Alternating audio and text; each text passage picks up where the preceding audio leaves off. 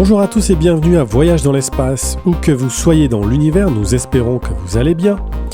Ici Florent Meunier, je suis en compagnie de Claude Lafleur, de Laurent Runigo et de Dylan Baillargeon. Et aujourd'hui, nous vous proposons un balado unique en son genre. Nous allons vous raconter une histoire époustouflante, la vie de Sergueï Korolev, le père du programme spatial soviétique.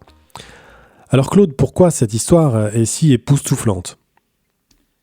En fait, Korolev, il a vécu entre 1907 et 1966. C'est une époque très, très différente de celle qu'on connaît aujourd'hui. En fait, on a peine à imaginer comment ça pouvait se passer dans ce temps-là, vous allez le voir d'ailleurs. C'est une époque extrêmement trouble. C'est pour ça d'ailleurs qu'on va vous raconter un récit qui sort un peu de l'ordinaire. Quand je dis que c'est une période extrêmement très trouble d'il y a un siècle, tu sais, aujourd'hui, on a l'impression que ça va très mal dans le monde puis que tout s'en va vers peut-être un avenir un peu sombre. Écoutez bien comment ça se passait il y a un siècle. Vous allez voir que c'est pas la première fois qu'on traverse des époques troubles. Ce que nous vous proposons, c'est en quelque sorte un voyage dans le temps, un voyage à une époque très différente de la nôtre. Et pour bien rendre ce récit, tu proposes une formule qui nous est inhabituelle. Alors... Exactement. En fait, là, la vie de Korolev est une succession d'événements assez complexes. C'est un enchaînement qui n'est pas facile à suivre. J'ai pensé que la meilleure façon de vous raconter ce récit-là, c'est de demander à Laurent et à Adélaïde d'en faire la lecture. Je sais que ce n'est pas la formule que vous préférez, mais dans le cas présent, je pense que ça va rendre le récit beaucoup plus limpide. Donc, mes trois copains vont donc procéder à la lecture et à la fin, Florent et moi, on va revenir pour commenter un peu. Portez bien attention parce que franchement, je pense que nous allons vous présenter un récit, une histoire assez hallucinante. Lorsque l'on raconte l'histoire de la conquête de l'espace, on commence généralement par le lancement du premier Spoutnik le 4 octobre 1957. On souligne au passage qu'il s'agit de l'œuvre de Sergueï Korolev. En revanche, on relate rarement comment celui-ci en est arrivé là. C'est normal puisque contrairement à Wernher von Braun, qui était connu dès les années 40, soit bien avant qu'il ne propulse les Américains jusqu'à la Lune, l'existence de Korolev est demeurée secrète jusqu'à sa mort en 1966. Le fait est que tout au long de sa vie, Korolev a été victime de la paranoïa du régime soviétique. Il a entre autres été envoyé en camp de concentration sous de fausses accusations, internement qui minera le reste de sa vie. Puis son existence a été tenue secrète par crainte, là aussi à tort, qu'il pourrait être un jour victime de pseudo-forces anti-révolutionnaires anti-soviétiques. Résultat, au moment de son décès, Korolev nous était inconnu, tandis que par la suite, les Russes seront bien embêtés de révéler les conditions atroces dans lesquelles il a vécu. Pour autant, Korolev a non seulement façonné à lui seul les 10 premières années de la conquête de l'espace, et mieux encore, la fusée Semyorka qu'il a créée dans les années 50 est aujourd'hui encore en service, preuve incontestable de son génie. Comme on le verra, sa vie couvre un pan de l'histoire oublié, sinon même secret, de ce qu'ont réellement été les débuts de l'ère spatiale. Ce n'est que des décennies après sa mort que l'on prendra la mesure de la désorganisation qui régnait alors en Union soviétique. Alors que du vivant de Korolev, on croyait tout le contraire en Occident. Sa vie déterre un passé aussi troublant qu'étonnant. Comme le dit si justement Asif Siddiqui, le grand historien du programme spatial soviétique, il ne serait pas exagéré de dire que sans sa gouverne, sans ses capacités administratives et sans sa vision, l'Union soviétique ne serait pas devenue la première puissance spatiale au monde à la fin des années 50 et au début des années 60. Dès le départ, les origines de Korolev portent à confusion. Ainsi, Sergueï Pavlovitch Korolev naît le 30 décembre 1906, selon le calendrier en usage en Russie à ce moment-là, ce qui correspond au 12 janvier 1907 dans le calendrier grégorien qu'on utilise généralement ailleurs. Or, doit-on considérer que Korolev est né en 1906 ou en 1907 ? Il naît dans une localité provinciale, Jitomir, qui fait alors partie de la Russie impériale, mais qui se trouve de nos jours en Ukraine. Sa mère est ukrainienne, son père est russe. Alors doit-on le considérer comme ukrainien ou comme russe ? Même son nom prête à confusion. Pour respecter la prononciation de celui-ci, on devrait écrire Korolev, mais l'orthographe Korolev s'est implantée dans l'usage. Et si on le considère à présent comme le père de la cosmonautique soviétique, c'est avant tout un ingénieur aéronautique passionné de planeurs plutôt que de vaisseaux spatiaux. Tout le contraire de Wernher von Braun qui naquit 5 ans après lui dans une ville prusse située à quelques 800 km seulement de celle de Korolev. À l'époque de la naissance de Korolev, l'Empire russe est dirigé par le tsar Nicolas II. Cet empire englobe entre autres les provinces baltes, la majeure partie de l'Ukraine, la Biélorussie, une partie de la Pologne, la Moldavie, le Caucase, le Grand-Duché de Finlande et une partie importante de l'Asie centrale. Mais le pays est en proie à d'importantes révoltes, car déjà au moment de la naissance de Korolev, la révolution gronde, notamment en Ukraine, les paysans se soulèvent contre les diktats du tsar. Pour le petit Sergueï, la vie n'est pas facile non plus. 3 ans après sa naissance, ses parents se divorcent. Sa mère lui annonce même le décès de son père, qui ne mourra pourtant pas avant 1929. Jamais le jeune Korolev ne le verra. L'enfant grandit sous la tutelle de ses grands-parents, sa mère désirant qu'il ait une bonne éducation, il suit des cours à Kiev. C'est un enfant solitaire, avec peu d'amis, mais c'est un bon élève. Il est souvent laissé à lui-même et on le considère comme un enfant têtu, persistant et qui argumente beaucoup, mais qui possède en même temps une excellente mémoire et des aptitudes en maths. Alors qu'il a 10 ans, sa mère épouse un ingénieur électricien qui aura une influence bénéfique sur le jeune Korolev. À cette époque, en août 1914, l'Empire russe entre en guerre contre l'Empire allemand et l'Empire austro-hongrois. L'armée russe subit cependant d'importantes défaites, l'Empire perdant la Pologne, puis une grande partie des pays baltes.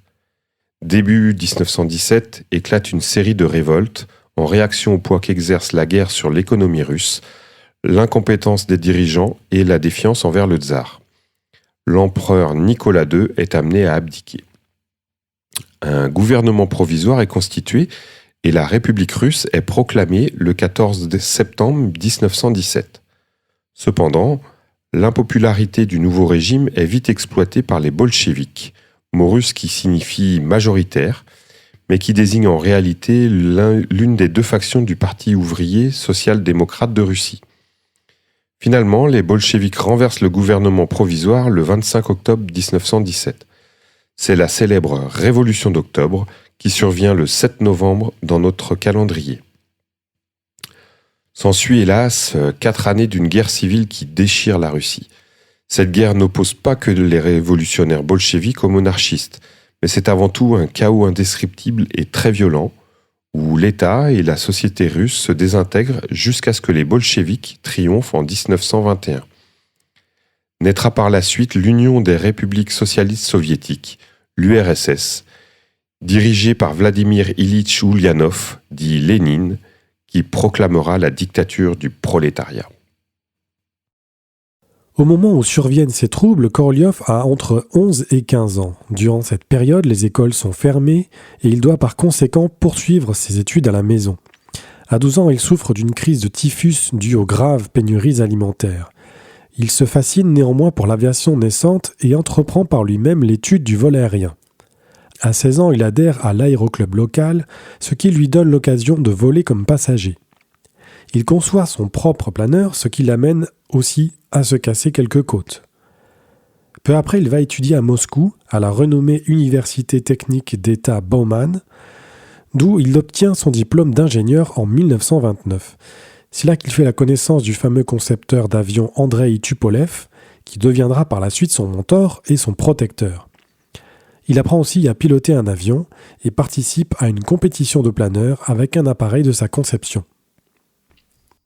Notons que, d'après la théorie du marxisme-lénisme, les progrès technologiques vont de pair avec la marche triomphale des peuples opprimés vers la victoire finale. Ainsi, les dirigeants de l'URSS naissante accordent beaucoup d'importance aux travaux de Konstantin Tsiolkovsky. Né en 1857, celui-ci avait publié en 1903 son traité « Exploration de l'univers par des véhicules propulsés par fusée », dans lequel il expose ses idées sur les fusées et l'exploration de l'espace. Dès 1918, ce savant est élu comme membre de l'Académie socialiste russe et, à partir de 1921, il reçoit une pension de l'État. À partir de là, les Russes n'auront cesse de faire valoir Tsiolkovsky, un Russe, et le père incontesté de l'exploration spatiale. Un autre important visionnaire de la cosmonautique est Youri Kondriatiuk.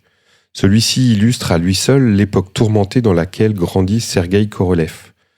De son véritable nom Alexandre Chargaï, il entrevoit de nombreux concepts d'astronautique. Ignorant les travaux de Tsiolkovsky, Chargaï arrive aux mêmes conclusions.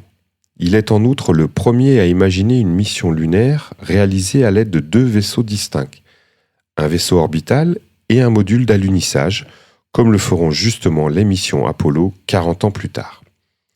La vie de Chargaï est incroyablement mouvementée, signe des déchirements qui secouent la Russie au tournant de la révolution bolchevique.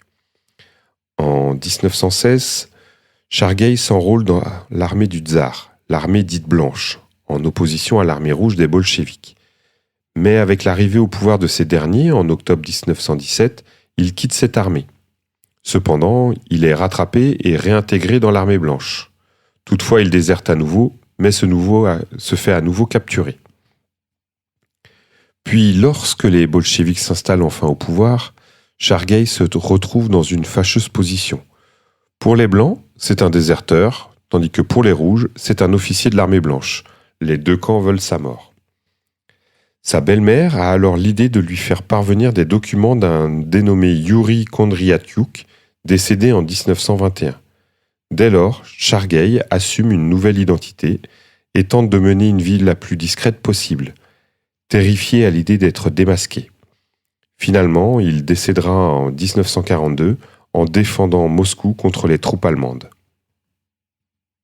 À ces 2 théoriciens de l'astronautique s'ajoute un apôtre des vols spatiaux, Friedrich Zander, né en 1887. Zander n'a qu'un rêve, voyager dans l'espace. En 1925, il publie son essai « Vol vers les autres planètes » dans lequel il expose les concepts des moteurs fusées et les calculs de trajectoires interplanétaires. L'une de ses idées très originales est celle d'un avion-fusée qui consommerait ses ailes métalliques en cours de vol. Surtout, Zander est un vulgarisateur infatigable qui donne des conférences à travers toute l'Union soviétique. À présent, aux côtés de Tsiolkovsky, Youri Kondratiouk, alias Alexandre Chargaï, et Friedrich Zander sont considérés comme les pères de la cosmonautique. Entre-temps, suite au décès de Lénine en janvier 1924, Staline s'accapare progressivement du pouvoir en imposant un régime de terreur et de délation et par la mise à mort ou l'incarcération en camp de travail de millions de personnes. De surcroît, à partir de 1929, Staline impose la collectivation des terres. Les riches terres à blé de l'Ukraine sont en conséquent ravagées par la famine de 1932 à 1933. On estime que cette collectivation a fait de 4 à 10 millions de morts. Sans compter les millions d'Ukrainiens qui fuiront leur terre natale pour bon nombre d'entre eux venir s'installer dans l'Ouest canadien. Dans les années 1930, Staline est tenté par la possibilité d'une éventuelle confrontation avec les pays capitalistes. Il cherche en conséquence à accélérer la modernisation industrielle de son pays. En juin de l'année 1930, lors du 16e congrès du Parti communiste, il martèle d'ailleurs que « chaque fois que la Russie a été en retard, nous avons été battus ». Cette modernisation passe bien entendu par le secteur de l'armement et de l'aéronautique. À terme, cette préoccupation sera même l'un des moteurs principaux de la cosmonautique soviétique. De son côté, Sergueï Korolev obtient un premier emploi dans un bureau d'études chargé de la conception d'avions. Au départ, il ne se distingue guère de ses collègues ingénieurs. On lui confie néanmoins la confection du bombardier lourd Tupolev TB3. En parallèle, il développe ses projets personnels, dont la fabrication d'un planeur. À 23 ans, il obtient son brevet de pilote. Au cours de l'année 1930, Korolev s'intéresse à l'utilisation de petites fusées pour appuyer le décollage des avions lourds. Il a alors peu d'intérêt pour les voyages spatiaux. Pourtant, à partir des années 1920, cet intérêt se développe à travers l'Union soviétique grâce à plusieurs expositions très médiatisées qui présentent les travaux de Robert Goddard, d'Hermann Oberth et bien entendu de Konstantin Tsiolkovsky avec la participation de Friedrich Zander. La même chose se fait simultanément en Allemagne, comme nous le racontons dans le balado 107. Progressivement, Korolev prend conscience des limites des avions à atteindre de hautes altitudes. Voilà qui pourrait marquer le début de son intérêt pour l'exploration de la haute atmosphère et de l'espace. En décembre 1930, Zander publie une annonce dans le journal Moscovite invitant ceux qui s'intéressent aux communications interplanétaires, la façon de désigner les vols spatiaux, à entrer en contact avec lui. Korolev est impressionné par l'affirmation de Zander selon laquelle il est possible de construire un moteur fusée. C'est ainsi que le 18 juillet 1931 est fondé le groupe pour l'étude du mouvement réactif, le GIRD. Le jeune Korolev songe à combiner un moteur fusée à un planeur et à concevoir un avion capable de voler à haute altitude. Il devient l'adjoint de Zander qui dirige la section moscovite du GIRD. Il y fait aussi la connaissance de Mikhail Tikhonravov, qui deviendra l'un des plus précieux collaborateurs. Le GIRD travaille sur une dizaine de projets de moteurs fusées. Dès le départ, les membres du GIRD rêvent de vols spatiaux et même d'explorer les planètes. Zander salue ses collègues en lançant le cri de ralliement « Vers Mars, en route vers Mars ». En 1932, Zander tombe malade et Korolev prend sa relève à la tête du GIRD moscovite. En plus de développer son expertise technique, ce dernier développe ses habiletés en gestion et en administration, des atouts qui lui seront très utiles par la suite. Incidemment, Korolev a tôt fait d'obtenir des fonds additionnels et de l'équipement qui font rapidement progresser ce groupe d'amateurs de fusées. Il encourage aussi les comportements professionnels de la part de ses collègues. Il se fait en outre connaître dans des cercles plus larges, non seulement comme un ingénieur brillant, mais aussi comme un organisateur efficace. Progressivement, ce groupe d'amateurs bascule vers les services militaires, exactement comme le fait au même moment, en Allemagne, l'équipe von Braun. Voir le balado 106. Le 17 août 1933, ce groupe effectue le premier tir d'une fusée soviétique baptisée GIRD-09. Ce vol ne dure que 18 secondes et la fusée grimpe à 400 mètres seulement. C'est un premier jalon, certes modeste, mais important, vers l'espace. En parallèle, le JRD moscovite se lie avec le GDL, le laboratoire de recherche militaire installé à Leningrad. Korolev fait ainsi la connaissance de Valentin Glouchko, qui concevra par la suite la plupart des moteurs qui propulseront ces fusées. Entre-temps, le maréchal Mikhail Tukhachevsky, militaire novateur et très influent, prend conscience du potentiel des fusées comme arme de guerre. Il rapproche les deux groupes qui se fusionnent pour former l'Institut de recherche scientifique sur les moteurs à réaction, le RNII. Ce groupe est dirigé par Ivan Kleimenov, avec comme adjoint Georgi Langemak. Au RNII, Korolev est responsable d'un projet de missile, le projet 212, et surtout de l'avion-fusée RP-318-1. Ces deux appareils sont propulsés par des moteurs fusées conçus par Glouchko. En 1934, Korolev publie une plaquette intitulée « Exploration de la stratosphère à l'aide de missiles », dans laquelle il envisage pour la première fois le lancement d'hommes à hautes altitudes. Il admet cependant qu'étant donné l'état actuel de la technologie soviétique, un tel projet pourrait paraître quelque peu prématuré. En décembre 1934, Staline entreprend une purge systématique au sein même du Parti communiste et à travers l'Union soviétique. Ces purges sont exécutées par le Commissariat du peuple aux affaires intérieures, le NKVD. Staline procède entre autres à l'élimination de la moitié des membres du Politburo et des 3/4 des membres des premières heures du Parti communiste soviétique. La terreur stalinienne n'épargne aucun organisme, ministère, armée, police, et même les services secrets et la sécurité nationale. Ces purges lui permettent d'éliminer toute personne qui conteste ou qui est soupçonnée de contester, sinon même qui est simplement mécontente de sa politique. Car selon lui, si la situation en Union soviétique est désastreuse, et elle l'est terriblement, c'est tout simplement à cause des saboteurs. Les historiens estiment que Staline est responsable à divers degrés de la mort de 3 à plus de 20 millions de personnes. Ces purges déciment une génération entière des meilleurs ingénieurs, écrivains, politiciens, officiers militaires, universitaires et scientifiques, et en particulier au sein des forces armées et des cadres du régime soviétique, alors même que la guerre approche. Staline instaure ainsi un climat de suspicion généralisée qui brise les solidarités amicales, familiales et professionnelles. Pour lui, la faute d'un individu s'étend à son conjoint, à ses enfants, à sa famille entière et à tout son réseau d'amis et de relations. Personne n'est en sécurité. Des gens sont kidnappés en pleine rue pour des motifs complètement arbitraires et ne sont jamais revus. Tout citoyen russe est susceptible d'être persécuté sans procès. Même la proche famille de Staline n'y échappera pas. C'est ainsi qu'en 1937, les purges staliniennes frappent le RNII, puisque ce bureau d'études est l'œuvre du maréchal Toukachevski, l'un des plus brillants stratèges de l'armée soviétique. Or, celui-ci est arrêté le 22 mai et accusé d'avoir participé à une conspiration trotskiste anti-soviétique. Interrogé et sauvagement battu, il est condamné à mort et exécuté le 12 juin. Qui plus est, sa mère, sa sœur et ses 2 frères sont exécutés en même temps que lui. Du jour au lendemain, le nom Toukachevski devient un mot redouté et toute association à son nom devient suspecte. Pour cette raison, le NKVD et la police secrète placent le RNII sous surveillance.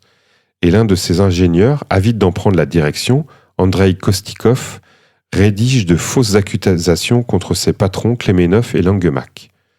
Ceux-ci sont arrêtés en novembre 1937. Malgré d'intenses tortures, le premier se refuse à avouer la moindre charge retenue contre lui. Le second, en revanche, croyant avoir une chance de s'en tirer, avoue que Glouchko est membre d'une organisation trotskiste anti-soviétique. Finalement, les 2 sont exécutés après avoir signé de fausses accusations.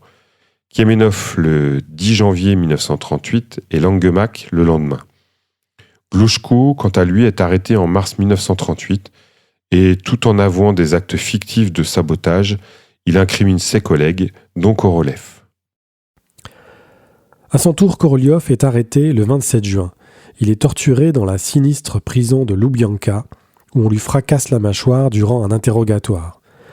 Il est par la suite condamné à 10 ans de camp de travail correctionnel et tous ses biens personnels sont confisqués. De sa prison, Korolev adresse de nombreux appels aux autorités, y compris à Staline lui-même, mais rien n'y fait. Il est envoyé au camp d'extermination de la Kolyma dans l'Arctique. On savait déjà à l'époque que de tous les camps de concentration soviétiques, Kolyma est le plus brutal et le plus cruel. Korolev travaille comme mineur dans une mine d'or. Compte tenu des conditions atroces qui règnent dans ce camp, il n'aurait pas dû en ressortir vivant, puisque ce camp d'extermination fera périr entre 2 et 3 millions de personnes. Ces morts étaient dues au surmenage, à la famine, à la cruauté des gardes et au rude climat sibérien. Korolev y subit des blessures, dont possiblement une crise cardiaque, et il perd la plupart de ses dents à cause du scorbut. Heureusement pour lui, ses appels cheminent et il finit par être rapatrié à Moscou à la fin de 1939. Sa sentence est alors réduite à 8 ans, mais surtout grâce à l'intervention de son ancien mentor, Tupolev, il est transféré dans une prison pour scientifiques et ingénieurs. Comme le relatera plus tard l'un des prisonniers de ce camp, on y retrouvait rassemblée toute l'élite et la crème de la technologie aéronautique russe. Il était impossible de concevoir que tous ces chercheurs avaient été arrêtés et faits prisonniers.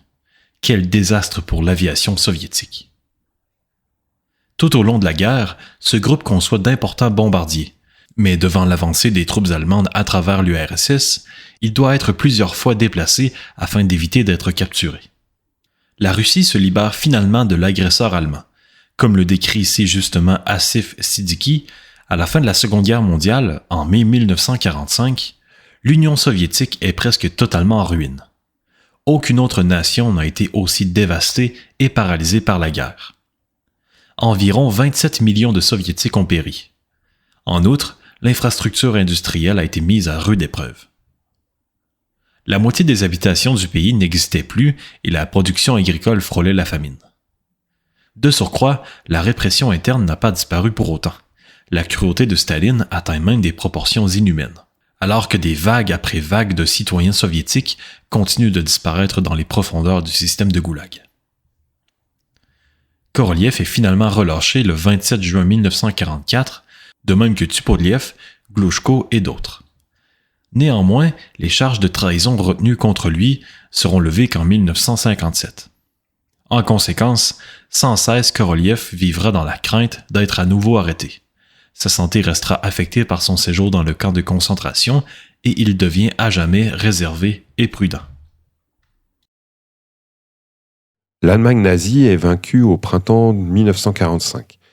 Les troupes russes envahissent rapidement l'est du pays, là où se trouve le fameux centre de conception des missiles de Peenemünde. C'est là que l'équipe de von Braun a conçu le V2, le premier missile balistique, sinon même la première fusée capable d'explorer la haute atmosphère. Tel que relaté dans le balado 106, Werner von Braun, l'épopée allemande, les Américains ont mis la main sur les principaux membres de l'équipe von Braun. De leur côté, les Russes occupent rapidement Peenemünde afin d'y récolter le maximum d'équipements et d'informations. Ils y dépêchent quelques-uns de leurs ingénieurs les plus qualifiés en matière de missiles, dont Korolev et Glouchko. L'équipe, les outils de production des V2 et un certain nombre de spécialistes allemands sont rapatriés en Union soviétique. La Seconde Guerre mondiale est à peine terminée que les Russes craignent d'être un jour attaqués par les Américains.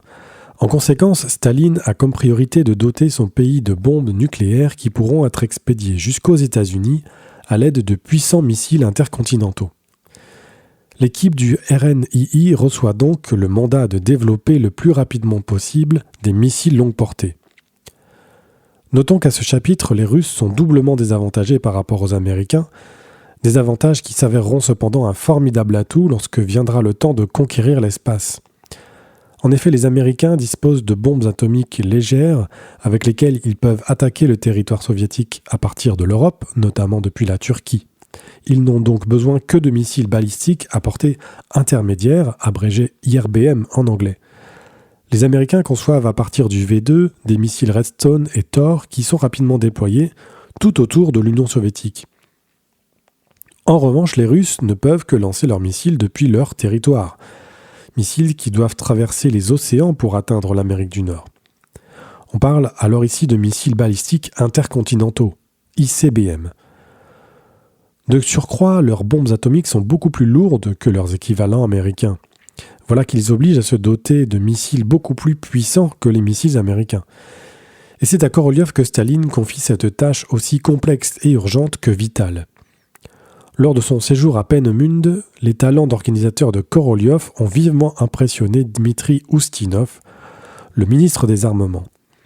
Korolev est par conséquent placé à la tête du bureau d'ingénierie numéro 3, spécialisé dans la conception de missiles et qui sera éventuellement renommé l'OKB-1, le bureau d'études expérimentales numéro 1.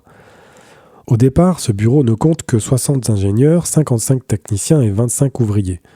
Dans un premier temps, Korolev a pour mandat de développer une version Made in Russia du V2, c'est-à-dire un missile fabriqué à partir des moyens de production soviétiques. Parallèlement est créé le bureau OKB 456, spécialisé dans la conception de moteurs fusées, et placé sous la gouverne de Valentin Glouchko. Les deux hommes travailleront donc de concert, bien que tout au long de leur carrière, ils se détesteront. Sergueï Korolev est à la fois le responsable et le concepteur en chef.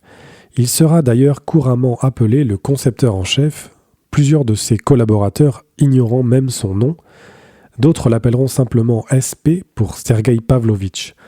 La pression sur ses épaules sera énorme, de sorte que Korolev sera souvent prompt à la colère et fréquemment en conflit avec sa hiérarchie ou ses collègues. À la fin des années 40, l'équipe de Korolev met au point une série de missiles aux capacités croissantes. Ces engins de guerre sont dits R pour Raketa, le mot russe pour missile. En premier lieu, le R-1 est la copie du V2, dont plusieurs exemplaires sont tirés dès octobre 1947. L'équipe de von Braun fait de même au Nouveau-Mexique, tel que rapporté dans le balado 107. Ce missile sera déployé dans quelques unités opérationnelles, puis le missile R-2 est une version allongée du R-1 avec une portée doublée, à 550 km. Puis, le R-3 est capable de livrer une bombe nucléaire de 3 tonnes à 3000 km de distance. Entre-temps, le 5 mars 1953, Staline décède à 74 ans.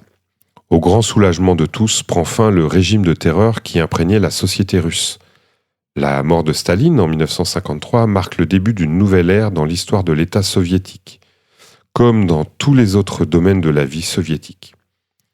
Nikita Khrouchtchev prend la direction du Parti communiste du RSS. Sous ses apparences rustres et de paysan, Khrouchtchev est un réformateur qui tente de moderniser et de libéraliser le régime communiste. Le 12 août 1953, l'Union soviétique fait exploser son premier dispositif thermonucléaire à Semipalatinsk, avec une puissance 20 fois supérieure à celle de la première bombe atomique. Malgré son passé d'ancien criminel qui le suit toujours, Korolev demande son adhésion au Parti communiste en juin 1953. Il rencontre cependant de la résistance de la part d'apparatchiks. Certains dirigeants locaux du parti s'objectent à recruter un ennemi de l'État reconnu coupable. Puisque Korolev n'a toujours pas été formellement réhabilité pour ses crimes des années 1930. Il est d'ailleurs extrêmement inhabituel qu'un ancien prisonnier devienne membre du parti. Il suit des cours sur le marxisme-léninisme à l'Université du Soir, terminant avec distinction en 1950. Ce fut un moment critique dans sa carrière, car un rejet de sa candidature aurait sûrement nécessité sa démission de son poste de concepteur en chef, mettant ainsi fin à sa carrière. Il devient néanmoins membre du parti le mois suivant. En octobre de la même année, Korolev et Glouchko sont élus membres correspondants de l'Académie des sciences de l'URSS. Il s'agit là de la deuxième plus haute distinction décernée à un scientifique du pays. Étant les deux seuls ingénieurs de toute l'industrie des fusées à avoir reçu un tel honneur, il s'agissait d'une reconnaissance significative de la puissance dégagée par les deux concepteurs. Voilà qui place Korolev au sommet de l'industrie des missiles, lui permettant également de bénéficier d'avantages matériels importants. L'équipe Korolev conçoit ensuite le R-5 capable d'expédier une charge explosive d'1 tonne à 1200 km. Deux séries de tests réalisés entre avril et décembre 1953 confirment sa relative fiabilité. 2 échecs pour 13 tirs. Le 2 février 1956, un essai réel de l'un des missiles R-5 transportant une charge nucléaire est effectué depuis la base de lancement de Kapustin Yar. Ce missile remplit parfaitement sa mission en amenant sa charge nucléaire explosée au point visé. Pour Korolev et ses collaborateurs, c'est un important moment de triomphe et il se voit décerner le titre de héros du travail socialiste, la plus haute distinction du pays. Voilà qui ouvre la voie à la conception du R-7, un missile capable d'atteindre les États-Unis, mais qui en réalité sera un formidable lanceur de satellites. Les Américains, comme les Soviétiques, s'étant emparés de la technologie des V2 allemands, ils prennent conscience qu'il s'agit là du missile qui ouvre la voie à l'exploration de l'espace. Les scientifiques des deux camps sont avides d'utiliser les tirs des V2 réalisés par les forces armées pour étudier la haute atmosphère. Les V2 sont en effet en mesure d'emporter une batterie d'instruments de mesure à plusieurs centaines de kilomètres d'altitude. Ce qu'aucun autre missile n'est capable de faire. Avec les V2, on entreprend donc, de part et d'autre de l'Atlantique, d'explorer l'espace à partir de 1947. La conquête de l'espace prend forme. C'est particulièrement le cas pour l'un des collaborateurs de Korolev, Mikhail Tikhonravov, né en 1900. Dès 1947, celui-ci entreprend des études sur des configurations de missiles à plusieurs étages, capables de produire la vitesse requise pour placer un satellite en orbite terrestre, à savoir une vitesse de 28 000 km à l'heure. Tikhonravov invite Korolev à venir le rencontrer en juillet 1949 afin de lui présenter les travaux de son associé Igor Yatsunsky. Celui-ci propose une formule de fusée révolutionnaire, celle qui sera non seulement la force, mais aussi le secret jalousement gardé des lanceurs soviétiques. Au lieu de concevoir une fusée suffisamment puissante, Yatsunsky propose d'accoler en parallèle 3 missiles R-3. Korolev est vivement impressionné car cela lui donne l'idée d'accoler 5 missiles pour constituer son fameux lanceur de Spoutnik. En outre, il encourage Tikhon-Ravov à préparer un rapport détaillé sur la possibilité de lancer un satellite. Celui-ci pond un documentaire technique dont le titre dit tout, sur la possibilité d'atteindre la première vitesse cosmique et de créer un satellite artificiel à l'aide d'un missile à plusieurs étages en utilisant le niveau actuel de technologie. Ce rapport est présenté par Tikhon-Ravov à l'Académie des sciences de l'artillerie le 15 mars 1950. L'auteur sous-entend qu'il serait possible de lancer un satellite d'ici quelques années à peine.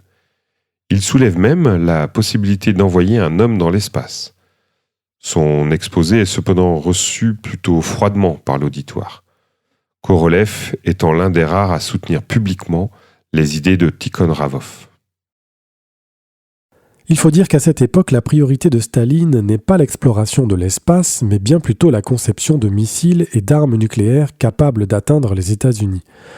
De toute évidence, les projets spatiaux de Korolev ne sont ni de l'intérêt des militaires, ni du goût du Parti communiste. La conquête de l'espace, bien que possible, semble condamnée à un avenir lointain. Néanmoins, en octobre 1951, Tikhon-Ravov fait paraître dans une revue pour jeunes un article intitulé « Voyage vers la Lune ». Il commence par mettre en valeur les travaux de Tsiolkovsky, puis il décrit un vaisseau spatial à 2 places, et Tikhon-Ravov de lancer à ce jeune public « Nous n'aurons pas longtemps à attendre, nous pouvons supposer que le rêve audacieux de Tsiolkovsky se réalisera d'ici 10 à 15 ans. Vous en serez témoins, et certains d'entre vous participeraient peut-être même à des voyages encore inédits. » À la même époque, von Braun tient le même discours à l'intention du public américain. Étonnamment, cet article pour jeunes a des échos jusqu'aux États-Unis puisque le New York Times en parle. Comme le commente l'historien Asif Siddiqui, c'était un rare aperçu de l'univers caché des fusées soviétiques. Le fait que Tikhon-Ravov ait été autorisé à publier sous son nom un texte sur un sujet potentiellement aussi sensible indique que les censeurs considéraient cet article comme n'ayant aucune importance en matière de sécurité nationale. De son côté, en 1953, l'équipe de Korolev se consacre à développer le missile R-3. Caractéristique importante, le R-3 sera constitué de 2 étages, c'est-à-dire d'une fusée centrale entourée de 4 fusées latérales. Des fusées d'appoint de booster, comme le sera le futur R-7. Ce missile sera capable d'expédier un ogive de 3 tonnes à 8000 km de distance, soit la distance Moscou-New York. Un autre jalon important pour les rêves de Korolev et de Tikhon-Ravov est l'arrivée en poste, en mars de 1955, du maréchal Mitrofan Nedelin, comme vice-ministre à la Défense responsable des armements spéciaux. Nedelin a une attitude favorable vis-à-vis de Korolev. Il joue un rôle clé dans l'ascension de celui-ci grâce au fait qu'il a un accès direct à Khrouchtchev et au reste du présidium. Et si un jour un satellite devait être lancé, ce serait Nedelin qui autoriserait l'utilisation du missile requis. Le 29 juillet 1955, le président Eisenhower annonce que les États-Unis vont lancer un satellite scientifique au cours de l'année géophysique internationale, l'AGI, qui se déroulera du 1er juillet 1957 au 31 décembre 1958. Cette annonce fait grand bruit, tant aux États-Unis qu'en Union soviétique, comme nous le racontons dans le balado 46, et si ça s'était passé autrement. Voilà en effet que l'idée d'explorer l'espace prend une certaine urgence. Cette annonce change même complètement les raisons qu'évoque Korolev pour réaliser son rêve, le président américain venant d'instituer un échéancier. En effet, si les États-Unis prévoient de lancer un satellite durant l'AGI, les Soviétiques devront le faire avant eux. On passe alors du rêve d'explorer l'espace pour assouvir une curiosité ou pour des motifs scientifiques à des raisons de prestige national. Dès lors, Korolev n'aura de cesse de proclamer haut et fort que la création d'un satellite artificiel aura une énorme signification politique en tant que preuve de l'excellence de la technologie soviétique. Sachant fort bien qu'il ne pourra réaliser ce projet à lui seul, Korolev s'emploie à réunir un vaste soutien, notamment auprès de l'Académie des sciences. Or, le président de celle-ci, Alexandre Nesmeyanov, engage son soutien entier au projet de satellite, renforçant d'autant la position de Korolev. Naîtra de cette collaboration un ambitieux projet de satellite scientifique qui pourrait peser jusqu'à 3 tonnes et emporter des animaux. De leur côté, les Américains songent plutôt à des satellites de quelques kilogrammes seulement. Korolev fait aussi préparer par Tikhon Ravov un volumineux document qu'il soumet aux décideurs en haut lieu. Présentant une abondance de détails techniques démontrant la faisabilité du projet, ce document inclut aussi une série d'articles traduits de l'anglais qui exposent les projets américains. Ce document fait en outre valoir que le lancement du premier satellite par notre pays aura une grande portée politique. Ainsi donc, s'il s'écoulera encore des mois avant qu'une décision soit prise, les pièces du puzzle se mettent en place dès l'automne 1955. C'est de la sorte que le 30 janvier 1956, le Conseil des ministres de l'URSS publie secrètement un décret appelant au lancement d'un satellite désigné objet D dès 1957, soit à temps pour l'AGI. La masse de ce satellite sera cependant réduite à 1400 kg, dont 200 à 300 kg réservés aux instruments scientifiques. Ce satellite aura pour mission d'étudier l'ionosphère, les rayons cosmiques, les champs magnétiques terrestres, la luminescence dans la haute atmosphère, le Soleil et son influence sur la Terre, ainsi que d'autres phénomènes naturels. Le mois suivant, Korolev a une occasion en or de présenter son projet directement à Nikita Khrouchtchev, lorsque celui-ci visite pour la première fois les ateliers de l'OKB-1. Pour l'occasion, le dirigeant de l'URSS est accompagné par ses principaux lieutenants. Korolev s'empresse d'expliquer qu'il est désormais possible de réaliser le grand rêve de Tsiolkovsky, grâce au missile R-7. Il rappelle aussi que les États-Unis ont accéléré leur programme de satellites, mais que le R-7 peut largement surclasser les faibles missiles américains en termes de masse orbitée.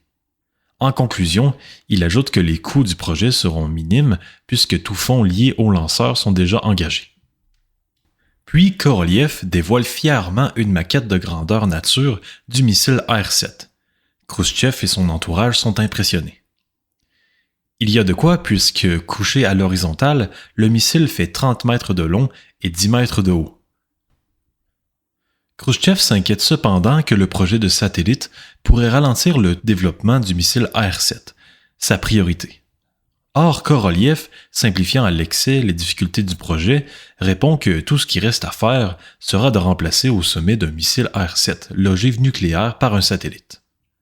Le leader soviétique hésite alors quelques secondes avant de déclarer « Si la tâche principale n'en souffre pas, faites-le ». C'est là un grand moment pour Korolev, comme le commente l'historique Siddiqui. Après de longues années de préparation minutieuse et de démarches sans relâche, le projet d'un satellite artificiel lancé par l'Union soviétique devient réalité. Et celui-ci doit sa concrétisation à Korolev plus qu'à toute autre personne. Restait maintenant à régler les détails techniques, c'est-à-dire à mettre au point une fusée capable d'expédier un satellite dans l'espace. Le missile R-7 adapté à cette fin, et à concevoir un satellite capable de fonctionner dans les rigueurs de l'espace, ce qui n'était pas une mince affaire. De surcroît, l'année géophysique internationale s'amorçant dans moins d'1 an et demi, Korolev tient à tout prix à prendre de vitesse les Américains. Voilà qui ajoute une énorme pression sur les épaules de tout le monde. L'objet D, se voulant un laboratoire scientifique volant bien plus sophistiqué que tout ce qui avait été conçu à ce jour n'importe où sur Terre. Pour les ingénieurs, ils s'aventuraient dans un autre univers, littéralement, car il existe peu de précédents pour un appareil et des instruments capables de fonctionner dans le vide spatial. Le simple choix des matériaux à partir desquels fabriquer un satellite posait problème, car les effets d'une exposition continue à l'environnement spatial étaient inconnus. Par conséquent, comme on pouvait s'y attendre, en raison de toutes ces inconnues, la conception de l'objet D accumule beaucoup de retard.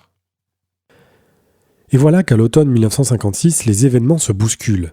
Le 20 septembre, l'armée américaine lance un missile Jupiter qui aurait pu placer sur orbite un objet quelconque, comme nous le racontons dans le balado 46, et si ça s'était passé autrement.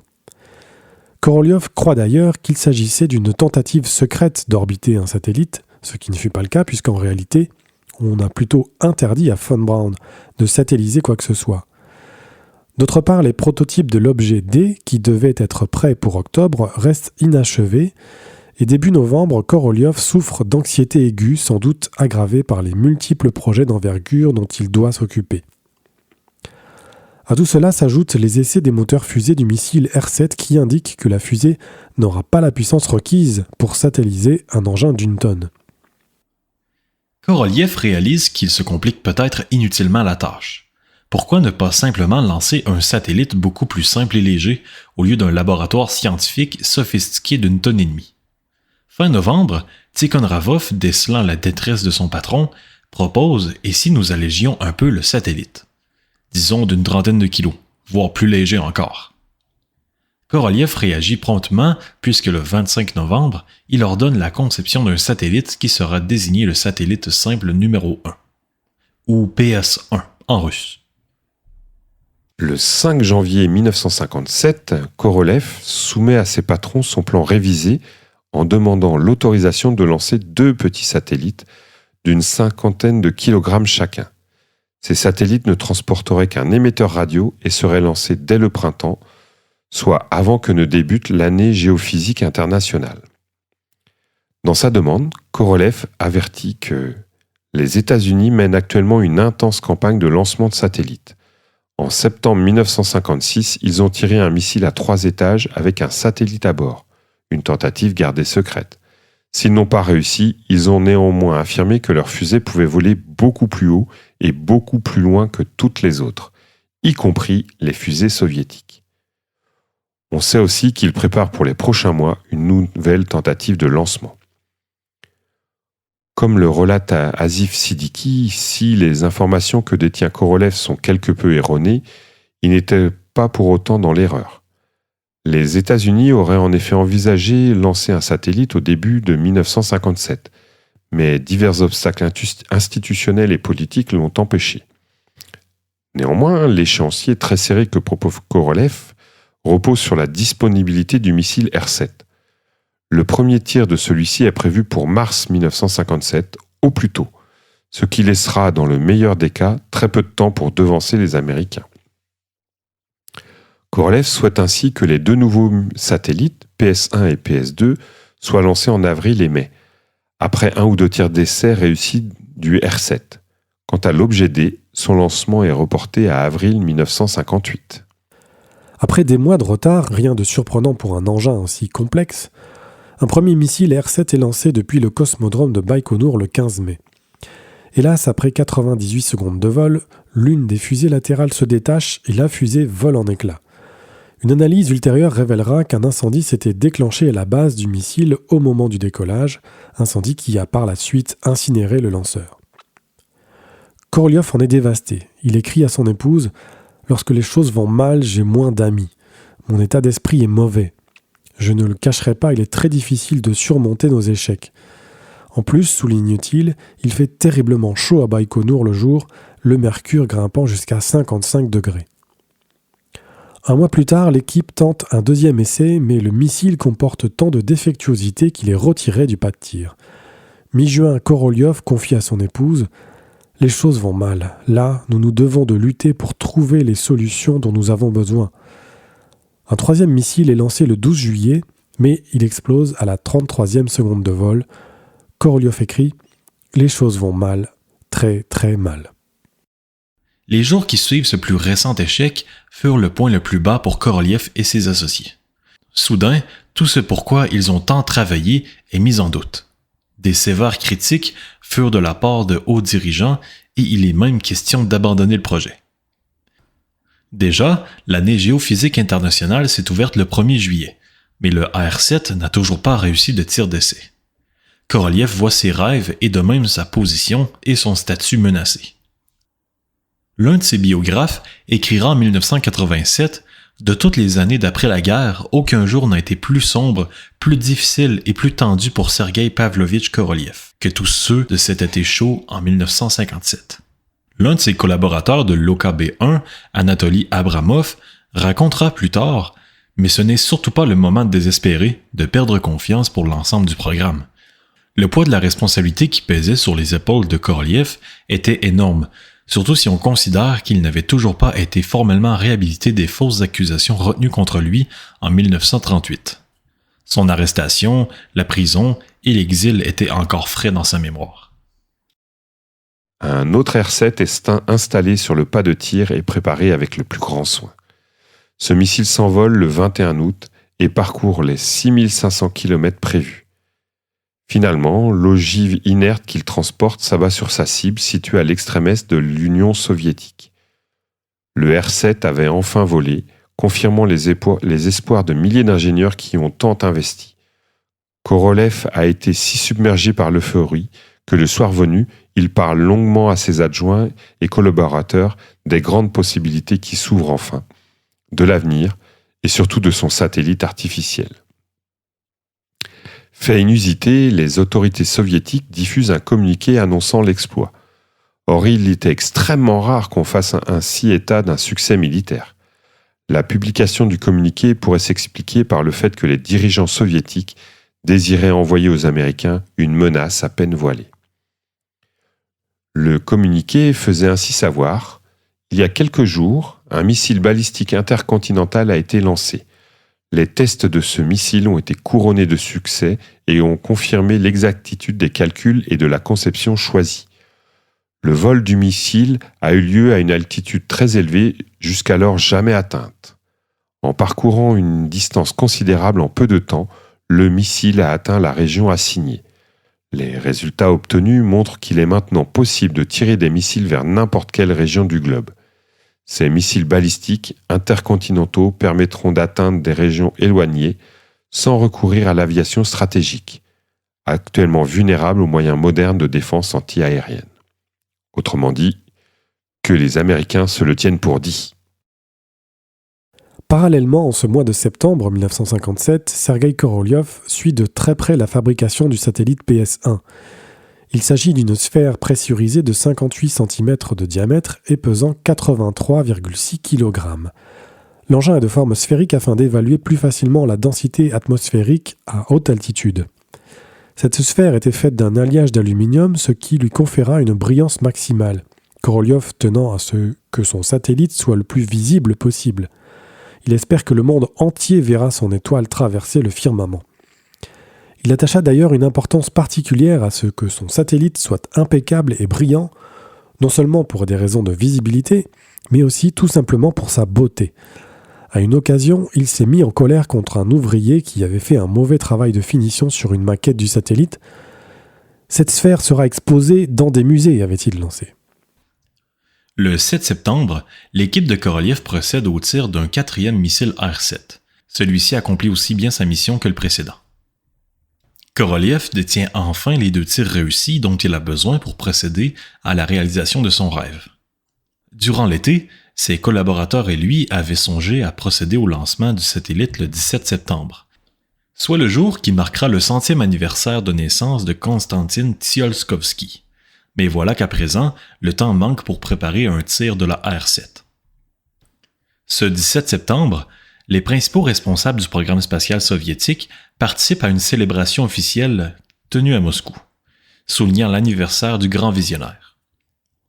Lors d'un discours, un certain Sergueï Pavlovitch, dont l'Assemblée ignore qui il est, prédit que, dans un proche avenir, les premières tentatives de lancement de satellites artificiels auront lieu en URSS et aux États-Unis. À vrai dire, rares sont ceux qui prêtent attention aux propos de cet inconnu. Puis, le 29 septembre, Korolev prend la direction du cosmodrome de Baïkonour, où on s'affaire à préparer un 5e R-7. Il s'agit bien entendu du missile modifié pour transporter le PS-1. Là, les préparatifs se déroulent sans incident notable. Le lancement est fixé au 6 octobre.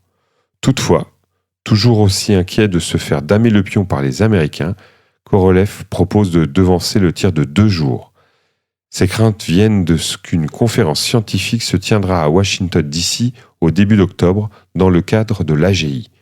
Or, il a appris que les délégués américains présenteront le 6 un exposé sur les satellites. Dans son esprit, ce sera l'occasion pour eux d'annoncer le lancement d'un satellite. Sa conviction est telle que le lancement du PS-1 est avancé de 2 jours. Au matin du 3 octobre, le R-7 est transporté de son hangar d'assemblage au pas de tir, escorté à pied par Korolev et ses hommes. S'installe alors une tradition encore en usage de nos jours. Désormais, lors des lancements importants, les R7 sortent de leur hangar d'assemblage à l'aube et sont toujours escortés à pied par les responsables du tir. Le remplissage des réservoirs de carburant de la fusée débute le lendemain matin à 5h45 heure locale. Korolev, bien que sous pression, demeure prudent tout au long des préparatifs. Il insiste auprès de ses collaborateurs « Personne ne nous pressera. Si vous avez le moindre doute, nous arrêterons tout et effectuerons les corrections nécessaires. » Au soir du 4 octobre, d'immenses projecteurs illuminent la rampe de lancement. Korolev et son équipe sont enfermés dans un bunker situé à moins d'1 kilomètre du pas de tir. L'un des ingénieurs présents racontera plus tard « À l'exception des opérateurs, tout le monde était debout. Seuls Pildiouchine et Korolev ont été autorisés à s'asseoir. Le directeur du lancement Nosov commence à émettre ses directives. J'ai gardé un œil sur Korolev. Il semblait nerveux, même s'il tentait de le cacher. Il examinait attentivement les indications des différents instruments. Si quelqu'un haussait la voix ou montrait des signes de nervosité, il se précipitait pour aller voir ce qui se passait. Les secondes s'écoulèrent jusqu'à ce que Nosov crie l'ordre de décollage. Tchekounov appuya immédiatement sur le bouton de lancement. À exactement 22h28 et 34 secondes, heure de Moscou, les moteurs fusée du missile R7 s'allument et, après quelques longues secondes, la fusée s'élève enfin, illuminant le ciel du Kazakhstan. Il est alors minuit et demi, le 5 octobre, heure locale. La fusée largue le satellite après 5,4 minutes de vol, le PS-1 s'insère en orbite. Toutefois, sur le coup, personne ne réagit vraiment. Il fallait attendre la confirmation que le satellite circule bien autour de la Terre. Il faudra attendre près de 1h30 le temps que PS-1 passe au-dessus du Baïkonour. Là, Korolev et son équipe entendent pour la première fois le célèbre signal radio qui émet le satellite.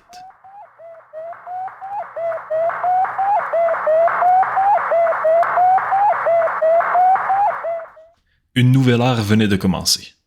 Cependant, la plupart des hommes à l'origine de cette ère n'avaient pas eu le temps de réfléchir à la portée historique de ce qu'ils faisaient. Comme le relate l'un des concepteurs du PS-1, personne à l'époque ne pensait à l'ampleur de ce qu'il se passait. Chacun étant préoccupé par son travail, par les joies et les déceptions de sa vie.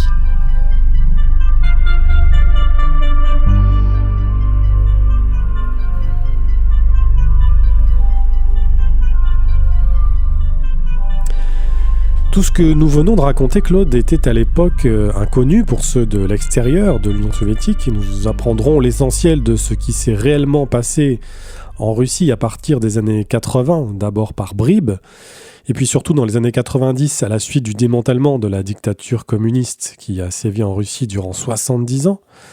Alors comment les événements ont été perçus à ce moment-là depuis l'extérieur ?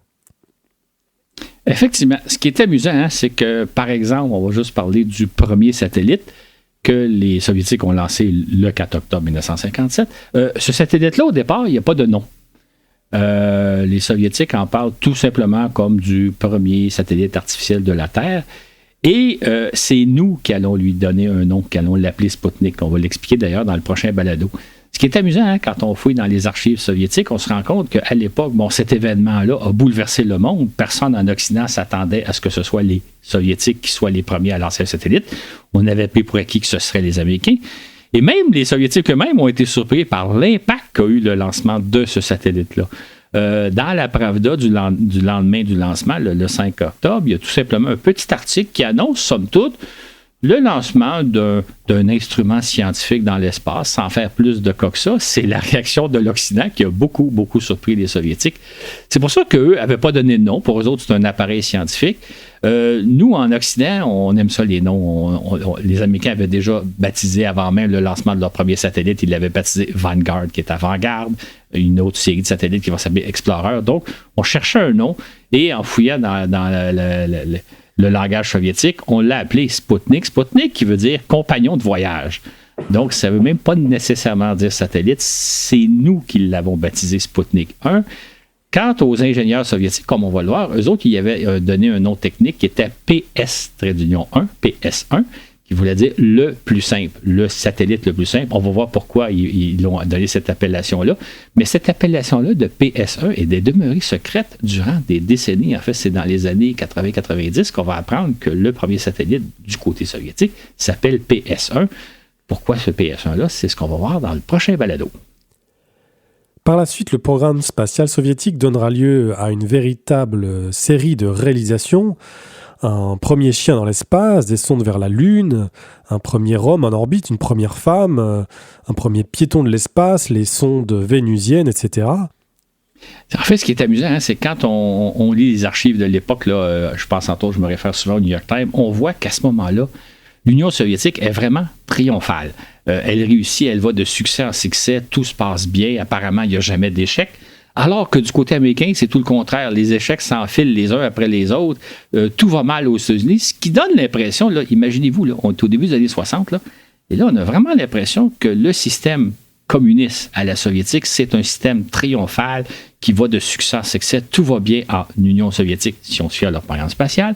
Alors, du côté américain, on a l'impression que le système capitaliste est en pleine décadence. Et c'est très troublant à cette époque-là parce qu'on dit, mon Dieu, l'avenir appartient au communisme, au socialisme, alors que le capitalisme serait dépassé. Or, quand on fouille dans les archives, comme on va le voir dans le prochain balado, c'est pas du tout comme ça que les choses se sont passées. Et ça a été une des grandes révélations des années 90 quand les archives soviétiques se sont ouvertes. Ceci dit, comme nous l'apprendrons dans des décennies plus tard, ce n'était pas la réalité, loin de là, et c'est ce que nous explorerons donc dans cet éventuel dernier et prochain balado, pardon. Exactement. Ce qui est intéressant, l'époque dont on parle, on l'a déjà raconté à l'occasion de deux sortes de balados. Il y a évidemment les balados 106-107 qui racontent l'histoire de Von Braun, donc la conquête spatiale vue du côté, je dirais, un peu plus américain. Il y a aussi, j'attire votre attention sur le balado 46 qui raconte la même époque sous l'angle « Et si ça s'était passé autrement ?» Et je vous invite à réécouter ces balados si vous ne l'avez pas déjà fait, parce que vous allez voir qu'il y a plusieurs façons de raconter la même histoire, selon l'angle selon lequel on se passe. Présentement, on parle de l'angle soviétique, la vie de Korolev, on l'a fait avec Von Braun, et dans le cas du balado 46, c'était comme si on revisitait l'histoire.